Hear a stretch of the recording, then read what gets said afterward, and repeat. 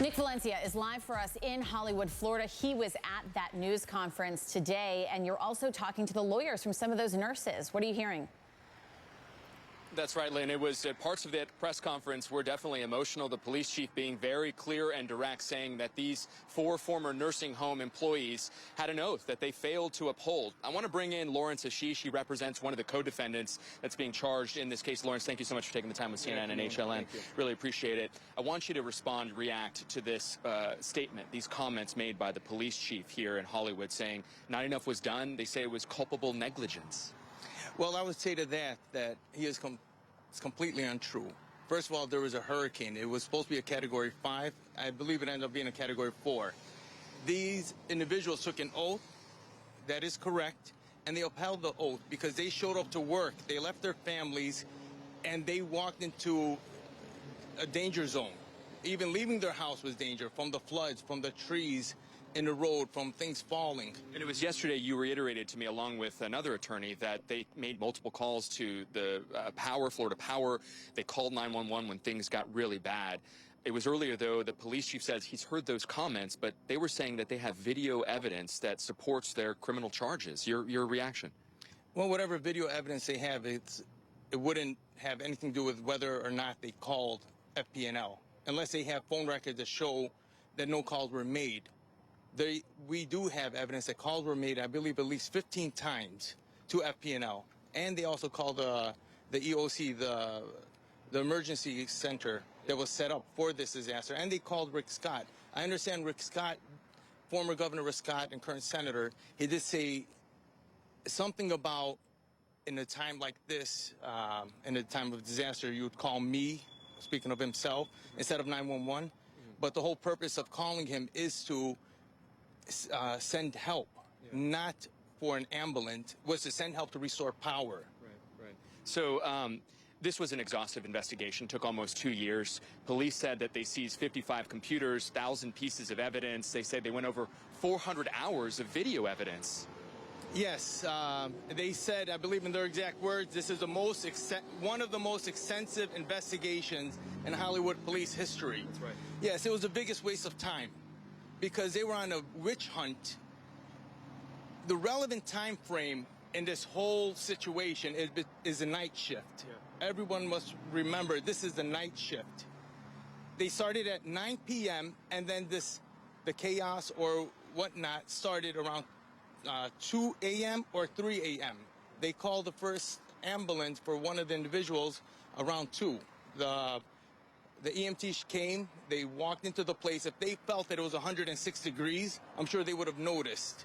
And then they would have raised the red flag themselves, but it wasn't. I was in court this morning during the first appearance. You were as well. One of the things that came out is the co-defendant, the facility administrator, Jorge Carballo, his father was actually in that facility. So it appears as though the facility was good enough for his father, but the families are alleging that not enough was done to save the lives of their family members. What do you tell a family member of one of those victims? Well, just those statements are flawed in and of itself. Because if it was 100, if he took care, if he believed that the facility was safe and the conditions were fine for his father, not just his father, his best friend's grandparents or parents, from what I recall. Yeah. So he had 2 sets of somewhat family members there.